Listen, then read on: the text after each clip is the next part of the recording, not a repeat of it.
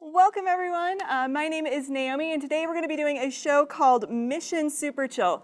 It's all about our favorite dwarf planet Pluto and what it would be like if we sent robots or robotic missions or maybe even human missions in the future and what scientists and engineers would have to tackle to be able to have those sorts of missions. So let's go ahead and get started. So as you know, the planets closest to the sun, like Mercury and Venus, are extremely hot. Earth is just right.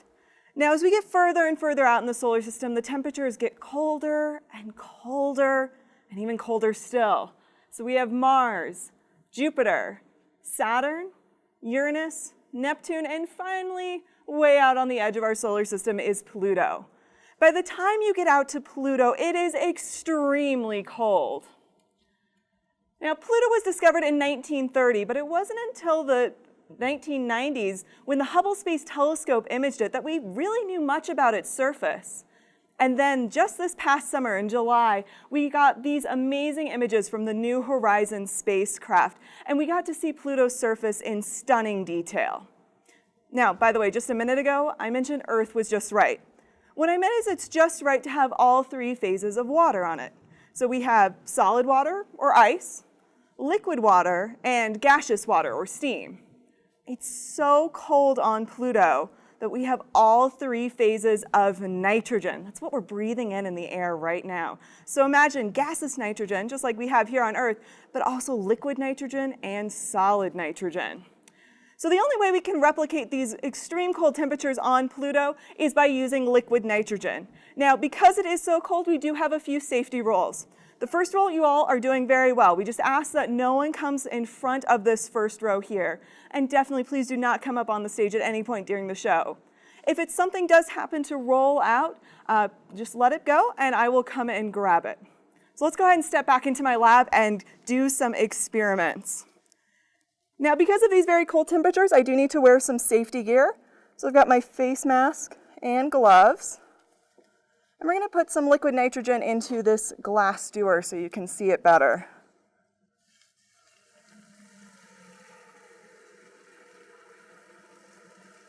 There we go. Now look at that, it's boiling, isn't it? You know, things normally boil because they're hot. And we don't normally think of room temperature as being hot, but it is compared to this liquid nitrogen. So as soon as it touched this room temperature dewar, it started to boil immediately. Well, just how cold is it? If you're a scientist, you'd want to measure to see exactly how cold it is. So I have a thermometer here. You can see that up on the screen. And you can see right now it's reading our room temperature, about 58 degrees, 60 degrees. Now, what's going to happen if I put my hand around this temperature probe?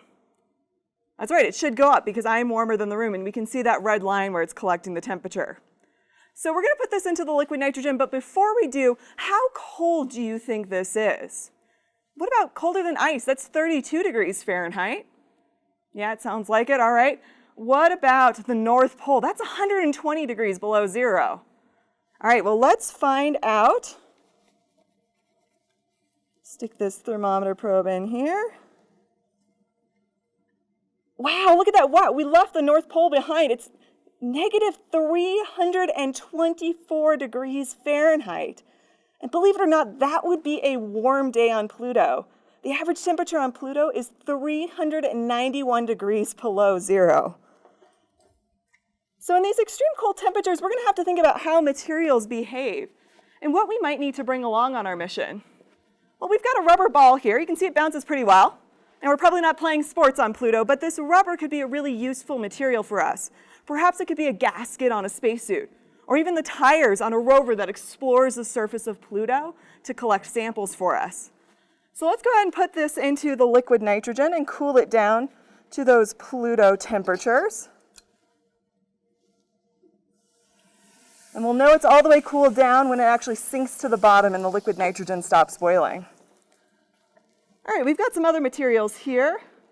We've got some silicone tubing. So maybe this could be used to transport oxygen from a backpack for our astronauts, or transport some sort of liquid in our spaceship. So let's go ahead and make this a little bit smaller and cool this down to Pluto temperatures. All right.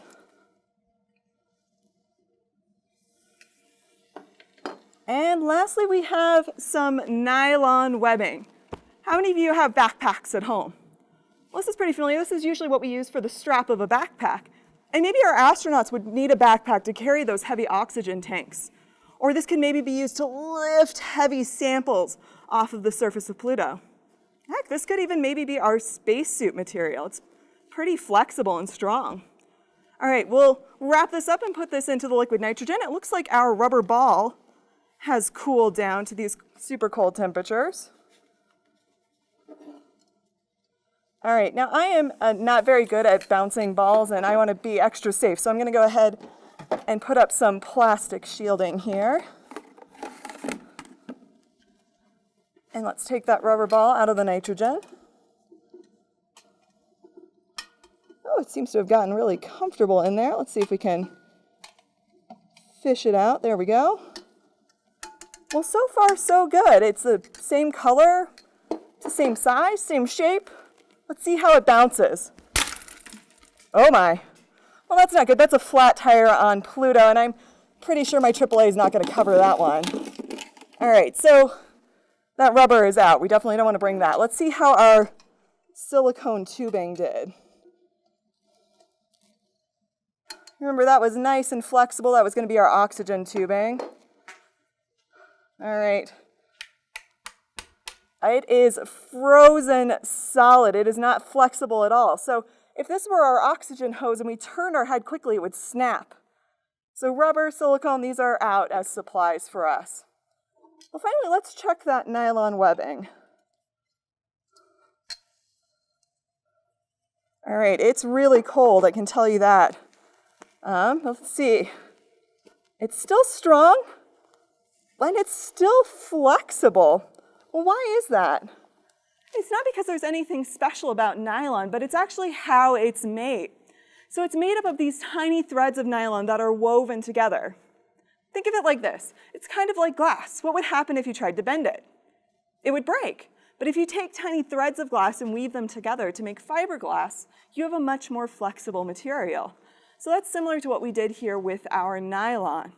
So it just goes to show you, sometimes you don't need a new material. You just need to come up with a new way to manufacture it. All right, well, we talked a little bit about some rovers and some machinery. So we're going to need to test some metal parts and some different machinery parts. I'm going to go ahead and put this liquid nitrogen back into that plastic dewar since I will be testing metal and I don't want the cold metal near the glass. We'll pour that back in.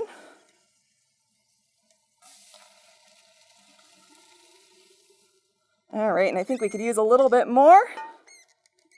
So I'll grab our extra dewar here. All right, so first up, we have a brass ball and ring. So it works perfectly here on Earth.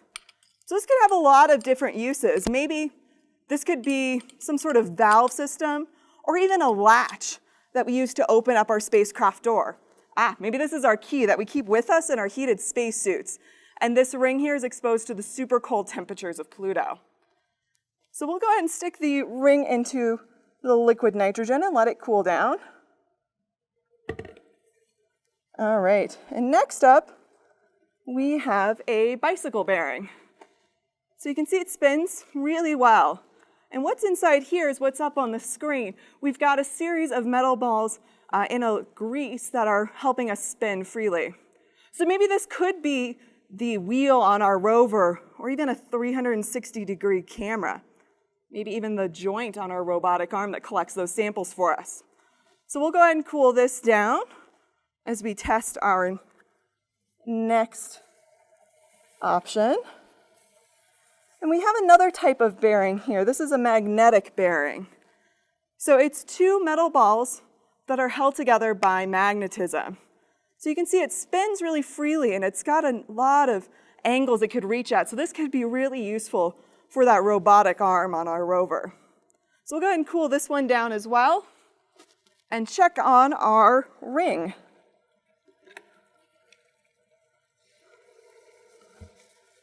All right, we've been on a long spacewalk. We've got our heated key, and we're going to come back into the spacecraft, Ant. Hang on, let's try this again. Okay, we're coming back from a long spacewalk, Ant. Look at that, it's just not going through. Well, what happened? The metal actually shrunk a little bit. All those molecules got closer together as they cooled down. So our ring and ball do not work the way they did before. So we'll want to think about how we use metals on any sort of spacecraft and make sure that they cool at a rate that won't affect their function. Let's go ahead and check on that bicycle bearing. All right, this was our wheel, or maybe our camera, and it is just not spinning at all. All right, well, what happened here? Probably the lubricant inside of this froze. Well, we could come up with a better lubricant, and that's certainly a solution, but that could cost millions of dollars and takes years of research. So I would say this bicycle bearing should stay here on Earth. Let's check out our final experiment, our magnetic bearing. All right, let's see if this moves as well. And it does. Now, the metal in these two balls probably did shrink, but it doesn't matter in this case because the magnetism, at least here, was not affected at all. So sometimes you do really need to come up with an out-of-the-box solution for your problems on Pluto and in these super cold environments. All right, well, let's head back to Pluto for just a moment. Those images that you're seeing up on the screen are images taken by the New Horizons spacecraft as it got closer and closer to Pluto. And one thing that became very clear is there are some distinct light and dark spots on the surface of Pluto.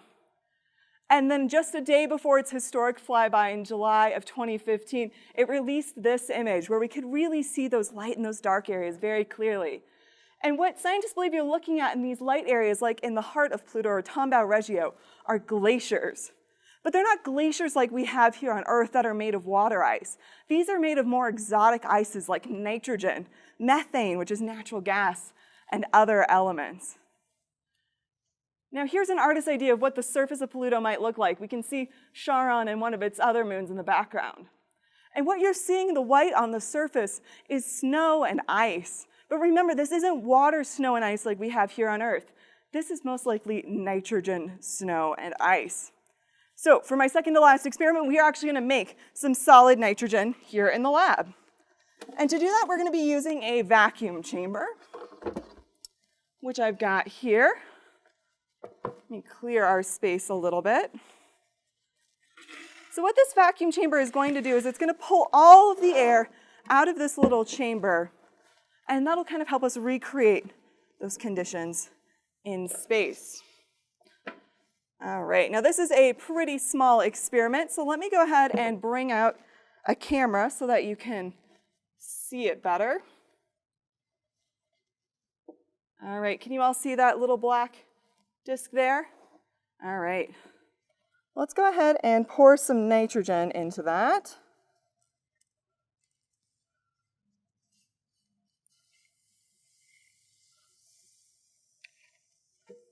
All right, and we're going to start up our vacuum chamber. Now, how many of you have been swimming on a hot day, gotten out of the pool, and still felt extremely cold? I've definitely had that happen to me. That's called evaporative cooling. And the same thing that's happening to you on those hot days is happening to this nitrogen.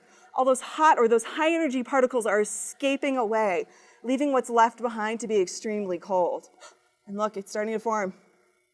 All right, there it is. There we go. That is solid nitrogen. It's probably the coldest substance you will ever see in your lifetime. That's 346 degrees below zero. And that's what scientists believe the surface of Pluto is made up of. All right, so what do you think is going to happen if we let the air from the room back in? It should melt right away. Let's see. Woo! There it goes. And it did melt right away because that room temperature, again, is about 400 degrees warmer than that nitrogen. Now, one of the other amazing features that scientists have speculated is on the surface of Pluto are cryogeysers, or volcanoes of liquid nitrogen. And some scientists believe this might be what is fueling the atmosphere on Pluto. Now, we haven't actually seen any geysers on Pluto. The closest feature we've seen are these cryovolcanoes like Right Mons here. Now, these kind of ooze out some liquid nitrogen, but scientists still believe we may still have those geysers. So for my last experiment, we are going to make a liquid nitrogen geyser. So we're going to get out a couple pieces of special equipment to do that. All right. Pour some liquid nitrogen into our flask here.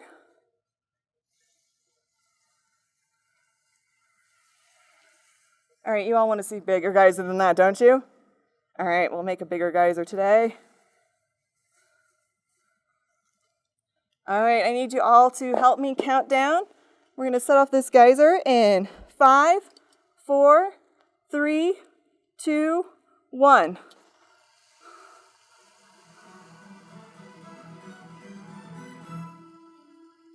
And that, ladies and gentlemen, is Mission Superchill. Thank you all so much for joining us today.